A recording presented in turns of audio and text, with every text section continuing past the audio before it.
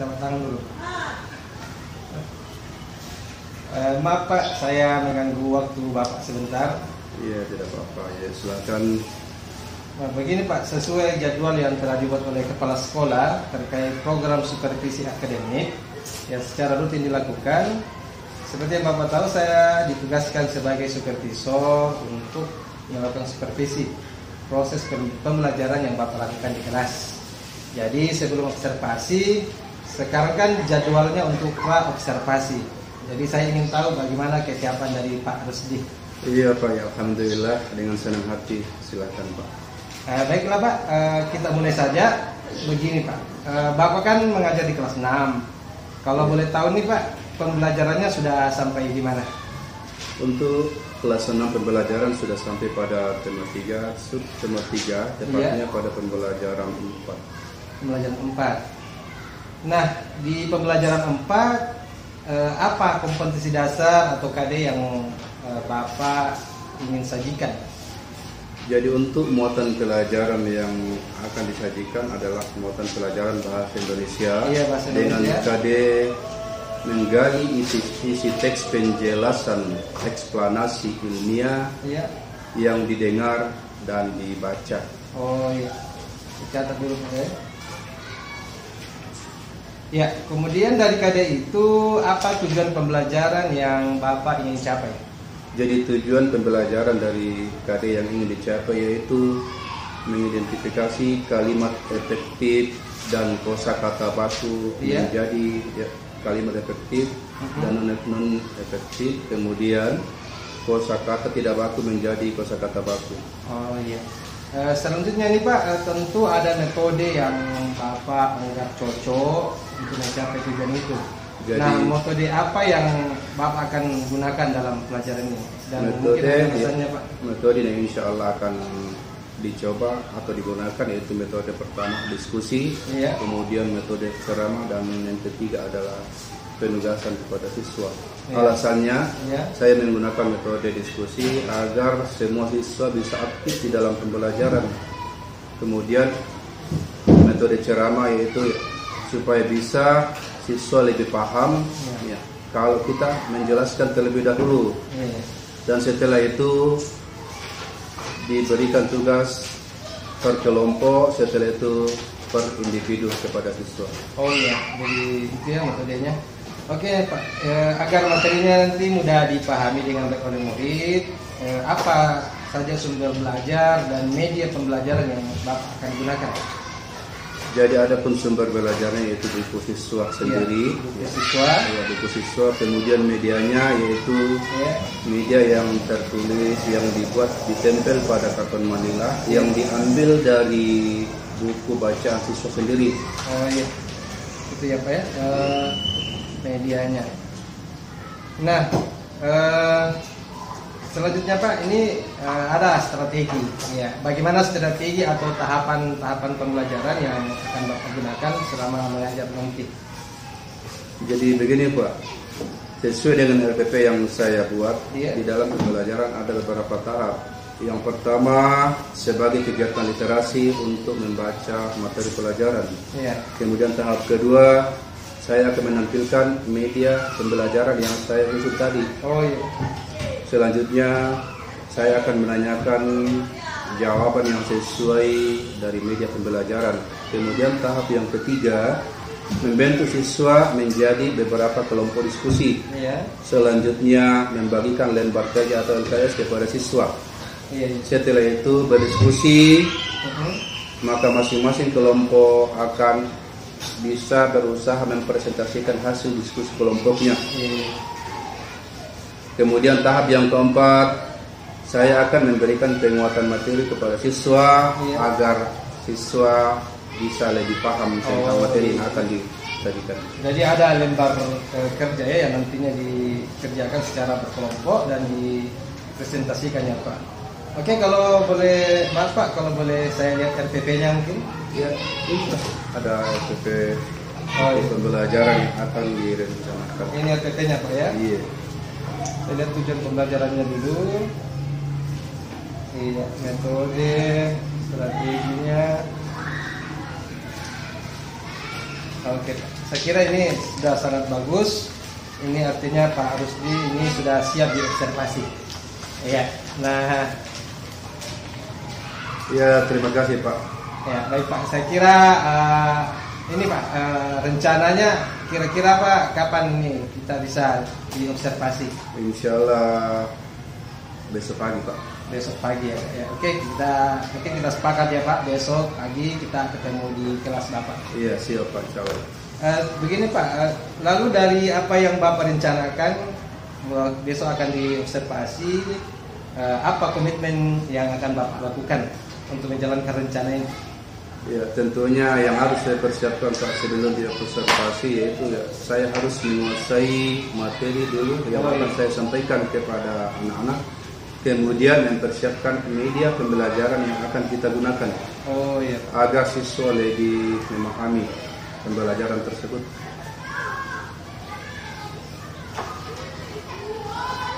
Itu ide yang bagus sekali Pak. Lalu dukungan apa yang Bapak butuhkan agar kegiatan observasi ini dapat berjalan dengan baik? Tentu saya mengharapkan dukungan dari kepala sekolah, kemudian teman-teman guru yang ada di sekolah ini, termasuk juga dari Bapak sendiri. Iya. Terima kasih Pak. Insya Allah kita akan berikan dukungan. Nah, ini pertanyaan terakhir Pak ini. Apa harapan Bapak ini terhadap murid-murid di kelas 6 ke depannya? Harapan saya sebagai guru ya, agar semua murid dapat menguasai, dapat mengerti kompetensi dasar yang ada, dan mereka dapat memiliki budi pekerti yang baik. Iya baik. Ya semoga nanti observasinya dapat berjalan dengan lancar dan hasilnya memuaskan Pak. Iya amin insya Allah. Ya, kalau begitu saya pamit dulu Pak. Terima kasih banyak atas waktunya. Sampai jumpa besok di kelas. Iya sama-sama Pak. Oke, terima kasih Pak. Assalamualaikum warahmatullahi wabarakatuh. Waalaikumsalam warahmatullahi wabarakatuh. Assalamualaikum warahmatullahi wabarakatuh. Alhamdulillah wassalatu wassalamu ala Rasulillah. Pada kesempatan hari ini saya akan melakukan aksi nyata yaitu coaching pasca observasi. Pada kesempatan hari ini dihadiri oleh Bapak pengajar praktik angkatan 5 yakni Bapak Muhammad Alwid. Selamat datang Pak di sekolah kami. Kemudian adapun rekan guru yang saya telah observasi ada Pak Rusdi. Ya, beliau adalah wali kelas 5. Dan alhamdulillah pra observasi telah dilaksanakan dan observasi juga telah dilaksanakan di kelasnya. Nah, sekarang kita akan masuk pada tahap pasca observasi. Ya, mungkin kita mulai saja. Ya. Saya langsung saja kepada Pak Rusdi. Begini Pak, kemarin kan kita sudah melaksanakan tahap observasi nih. Tahapan yang terakhir yaitu pasca observasi. Jadi sekarang kita ini sudah masuk pada tahap pasca observasi. Nah, tujuan kegiatan pasca observasi ini adalah untuk merefleksi ya kegiatan pembelajaran yang Bapak sudah lakukan di kelas kemarin.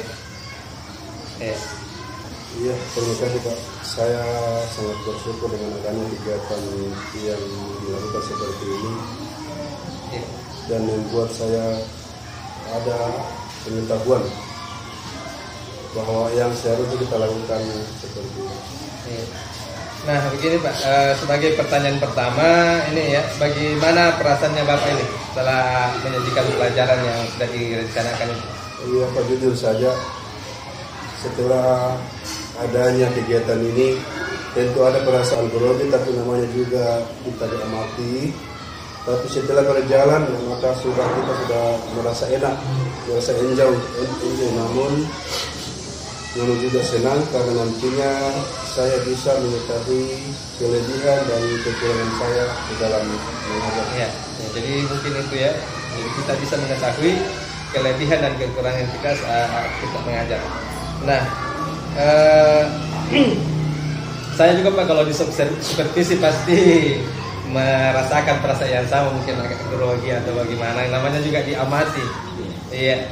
Nah begini Pak, apakah proses pembelajaran yang Bapak sudah laksanakan di kelas kemarin itu apakah sudah menurut Bapak sudah berjalan sesuai dengan rencana yang Bapak rencanakan di RPP ini? Kalau menurut saya Pak mungkin sudah berjalan sesuai RPP. Iya. Tetapi mungkin nanti ada masukan dari Bapak.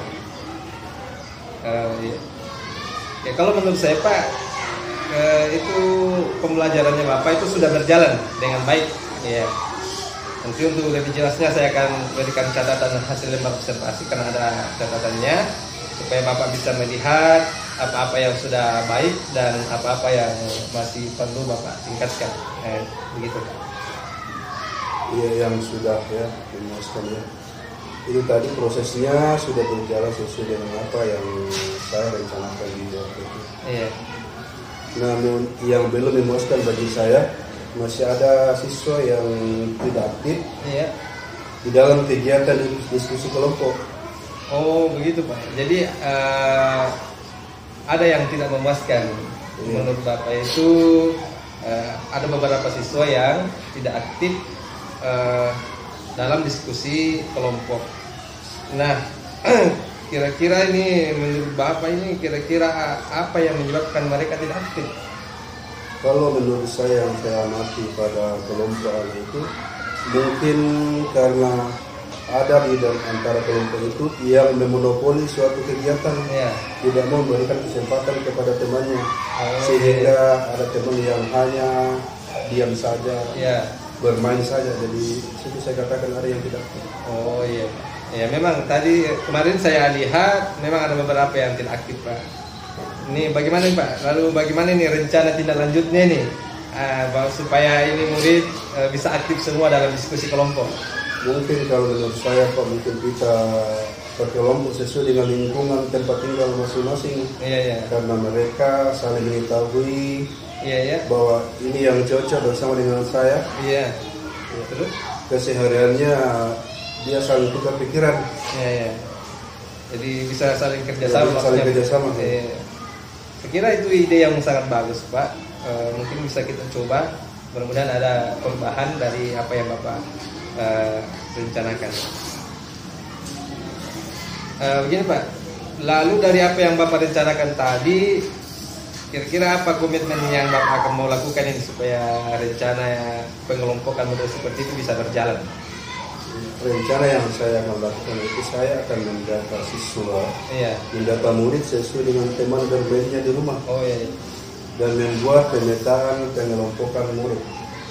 Jadi didata, kemudian sesuai dengan teman bermainnya. Di lingkungan. Kemudian kita buat pemetaannya ya. Kira itu ide yang sangat bagus Pak. Kemudian kira-kira ini apa dukungan yang Bapak butuhkan ini supaya pembelajarannya ke depannya itu lebih baik lagi daripada yang hari ini? Tentu saya membutuhkan dukungan atau saran dari kepala sekolah, beserta teman-teman dan sekaligus kepada Bapak sebagai supervisor saya. Oh iya, kita akan berikan saran dan dukungan tentunya. Nah begini Pak, ini pertanyaan terakhir nih Pak ya.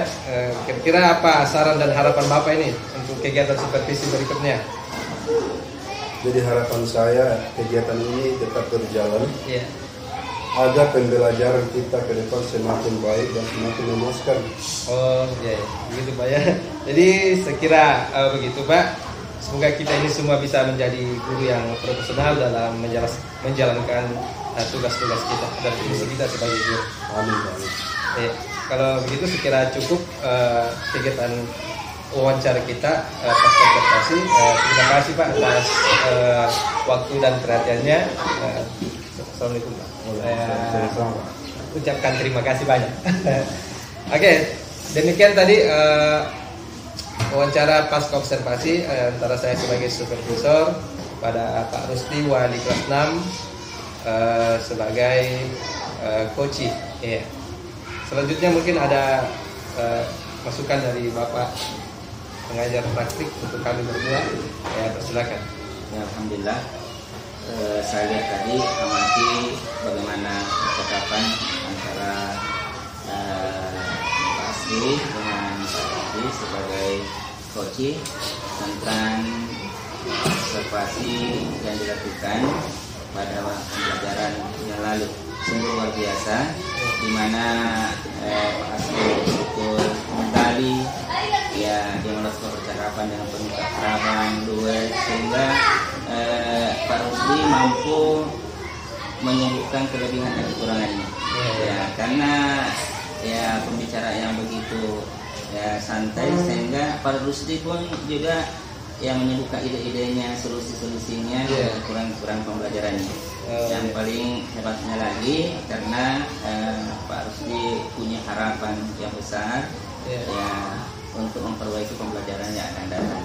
Dan tentu sebagai host ya Pak Asri akan memberikan dukungan yang begitu juga kepala sekolah sehingga pembelajaran bisa berlangsung dengan baik, yang akan berdampak pada peningkatan mutu di sekolah dan pembelajaran berpihak kepada dan mungkin itu saya amati dari percakapan beliau berdua. Oke, terima kasih Pak atas masukannya. Saya kira cukup demikian apa yang kami lakukan pada hari ini, mudah-mudahan ada manfaatnya. Wabillahi taufiq wal hidayah. Assalamualaikum warahmatullahi wabarakatuh.